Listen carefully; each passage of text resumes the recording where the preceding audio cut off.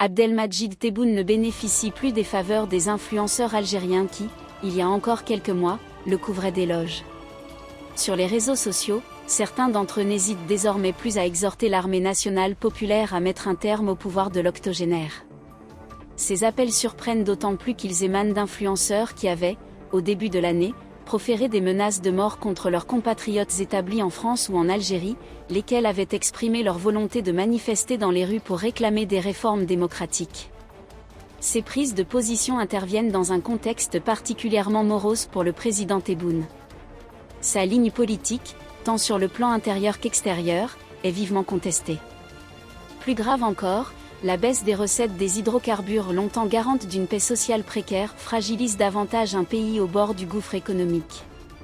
La monnaie nationale poursuit son effritement.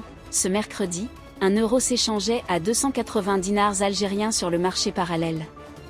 Dans ce climat d'incertitude, le ministre des Finances a annoncé, la semaine dernière au Parlement lors de l'examen de la loi de finances 2026, un recours prochain à l'endettement, brisant ainsi un tabou.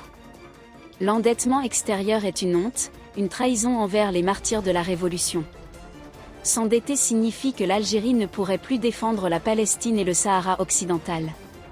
S'endetter à l'extérieur signifie se condamner au silence, avait pourtant affirmé Tebboune le 8 mai 2024 devant les hauts cadres de l'armée nationale populaire.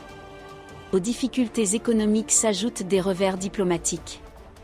Alger a subi un échec au Conseil de sécurité sur la question du Sahara occidental, et sa popularité auprès des Palestiniens a été écornée après son vote, lundi 16 novembre, en faveur du plan du président Donald Trump pour Gaza, une feuille de route reprenant largement les revendications israéliennes. C'est dans ce contexte tendu que certains cercles du pouvoir ont activé ces influenceurs afin de réclamer le départ du président Tebboune.